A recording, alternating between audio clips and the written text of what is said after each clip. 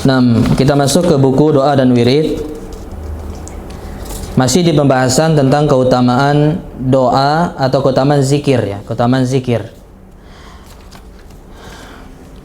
Nah, ada hadis Nabi sallallahu alaihi wasallam. Kata Nabi sallallahu alaihi wasallam tentang keutamaan orang yang berzikir, "Ma min qaumin yaqumuna min majlisin la yazkuruna Allah fi illa qamu an misli jifati himarin wa kana lahum hasratan." Setiap kaum yang mereka bangkit dari suatu majelis yang mereka tidak berzikir kepada Allah di dalamnya, dia kumpul-kumpul ya bersama kaumnya, ya bersama majelisnya, kemudian dia tidak berzikir kepada Allah di majelis tersebut, maka kata Nabi SAW, ya illa qamu, maka selesainya majelis itu seperti apa? Bangkai keledai. Dan hal itu ya menjadi penyesalan kepada mereka pada hari kiamat. Artinya ya Nabi katakan seperti bangkai keledai, artinya tidak ada manfaatnya. Bangkai tidak ada gunanya. Artinya majelis mereka itu yang tidak diisi dengan zikir kepada Allah, maka ini tidak ada manfaatnya. Ya, bahkan kata Nabi hal itu akan menjadi apa? Penyesalan nanti. Ya, akan menjadi penyesalan di hari kiamat nanti. Kenapa? Ya waktu itu saya tidak berzikir kepada Allah Subhanahu wa taala. Nam Syekh Imam Muhammad Nasiruddin Al-Albani rahimahullah menjelaskan hadis tersebut menunjukkan kewajiban berzikir kepada Allah Azza wa Jalla serta bersolawat kepada Rasulullah SAW pada setiap majelis yang dihadiri seseorang. Ya, jadi hadis ini menunjukkan akan kewajiban kita berzikir dan bersolawat kepada Nabi SAW. Karena di dalam hadis-hadis tersebut terkandung kata-kata penegasan. Ya, jika Allah menghendaki maka Allah akan siksa. Jika Allah menghendaki maka Dia akan mengampuni mereka. Oh, ini di hadis sebelumnya ini ya.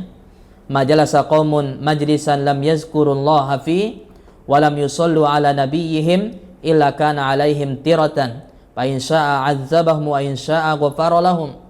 Jika suatu kaum duduk, ya ini hadis yang sebelumnya, jika suatu kaum duduk pada suatu majelis lalu mereka tidak berzikir kepada Allah dan tidak membaca salawat kepada Nabi SAW, maka niscaya ia menjadi kekurangan dan penyesalan bagi mereka.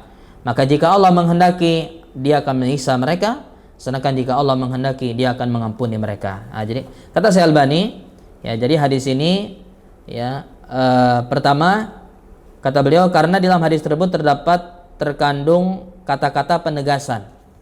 Ya, jadi ini wajib untuk berzikir dan bersolawat. Ya di situ Allah disebutkan jika Allah menghendaki maka Allah akan siksa, dan jika Allah menghendaki maka Dia akan mengampuni mereka.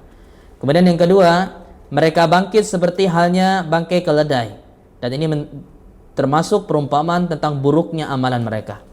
Ya, tentang buruknya amalan mereka. Kemudian yang ketiga, orang yang tidak berzikir kelak akan menyesal pada hari kiamat. Ya, maka ini menunjukkan akan wajibnya berzikir dan bersalawat kepada Nabi SAW di setiap majelis. Ya, di setiap majelis. Imam Al-Munawi rahimahullah mengungkapkan ditekankan supaya berzikir kepada Allah dan bersalawat kepada Rasulullah SAW dalam majelis dan ketika bangkit dari majelis. Ya, ketika di majelis atau ketika kita selesai dari majelis, dengan lafaz mana saja yang disesuaikan. Namun yang sempurna adalah dengan doa kafaratul majelis. Ya, zikir yang paling bagus ya ketika kita selesai dari majelis, ya sebuah majelis itu membaca doa kafaratul majelis ya. Subhanakallahumma bihamdik, ya doa itu ya. Subhanallah astaghfiruka wa atubu ilaik. Ini doa yang paling bagus ya ketika selesai kita bermajelis ya. Selesai dari bermajelis. Karena kata Nabi SAW, siapa yang baca doa itu, ya maka akan diampunkan dosanya, akan dimaafkan ya kesalahan-kesalahan yang dilakukan di majelis tersebut. Ya kata Nabi SAW. Dinukilkan dari Abu Sa'id Al-Khudri dari Abu Hurairah radhiyallahu anhuma dari Rasulullah SAW, beliau bersabda, sesungguhnya Allah Azza wa Jalla memilih mengutamakan 4 ucapan zikir. Ya, Allah Subhanahu wa taala memilih mengutamakan 4 ucapan zikir. Apa itu? Subhanallah, walhamdulillah, la ilaha illallah dan Allahu akbar. Kemudian kata Nabi, barang siapa mengucapkan subhanallah, ya, artinya maha suci Allah, maka akan ditetapkan baginya 20 kebaikan. Ya, akan ditetapkan 20 kebaikan dan dihapuskan darinya 20 keburukan. Kemudian dan barang siapa mengucapkan la ilaha illallah, ya, ia akan mendapatkan pahala yang sama, 20 kebaikan, kemudian dihapus 20 kesalahan, ya, 20 keburukan. Barang siapa yang mengucapkan Allahu Akbar, ia akan mendapatkan pahala yang sama. Barang siapa yang mengucapkan Alhamdulillahi Rabbil Alamin, ya, dengan ketulusan hatinya, maka akan ditulis baginya 30 kebaikan dan dihapuskan darinya, ya, 30 keburukan. Nah, ini keutamaan yang membaca subhanallah, alhamdulillah, la ilaha illallah dan Allahu akbar. Di antara zikir-zikir yang disunahkan dibaca setiap waktu dan di setiap tempat. Nah, ini zikir yang kita sangat dianjurkan untuk kita senantiasa baca di setiap waktu dan di setiap tempat. Subhanallah, alhamdulillah, la ilaha illallah dan Allahu akbar. Kemudian juga subhanallah wa bihamdihi subhanallahil azim. Ini juga kita perbanyak ini zikir ini. Kemudian juga la haula wala quwwata illa billah. Tidak ada daya, tidak ada kekuatan kecuali dengan pertolongan Allah Subhanahu wa taala. Kemudian juga zikir astaghfirullah. Ya, banyak-banyak kita istighfar. Ya, minta ampun kepada Allah Subhanahu wa taala. Kemudian juga astaghfirullahal azim alladzi la ilaha illa huwal hayyul qayyum wa atubu ilaih. Ini juga zikir minta ampun kepada Allah Subhanahu wa taala. Astaghfirullahal azim. Aku minta ampun kepada Allah yang Maha Agung, yang tidak ada sesembahan yang hak diibadahi melainkan hanya Dia, yang Maha Hidup, Al-Qayyum, yang berdiri sendiri, wa atubu ilaih, dan aku bertaubat kepadanya. Kemudian juga zikir Rabbighfirli wa tub alayya innaka antat tawwabul ghafur.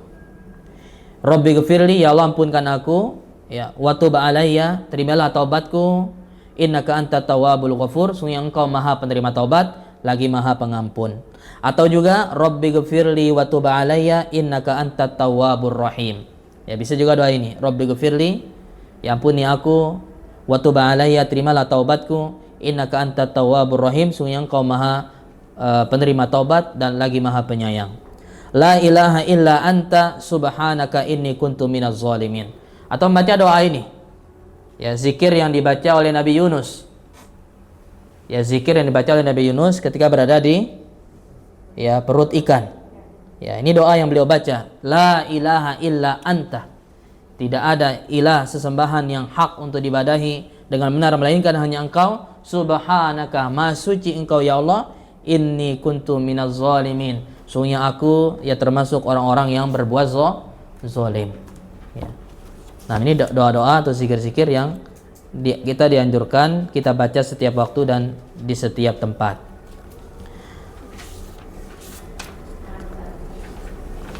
Adapun bahasan berikutnya ini berkaitan dengan manfaat doa dan zikir. Ya, mungkin kita cukupkan sampai sini. Ya, waktunya sudah. Ya, insyaallah kita lanjutkan di pertemuan berikutnya. Ya, pembahasan tentang manfaat doa dan zikir. Apa manfaatnya? Ya, kalau tadi keutamaannya. Ya, apa kegunaannya? Ya, manfaat itu nantinya kegunaannya untuk apa? Ya, kegunaannya untuk apa saja kita berdoa dan berzikir. Nah, sampai sini mudah-mudahan apa yang kita kaji, yang kita pelajari pada kesempatan ini bermanfaat. Ya, kemudian dicatat oleh Allah Subhanahu wa taala sebagai amal soleh yang akan kita lihat pahalanya nanti di sisi Allah Subhanahu wa taala. Mudah-mudahan Allah Subhanahu wa taala senantiasa memberikan keistiqomahan ya kepada kita dalam kita menuntut ilmu dan menambah keimanan dan ketakwaan kita kepada Allah Subhanahu wa taala. Ya amin ya rabbal alamin.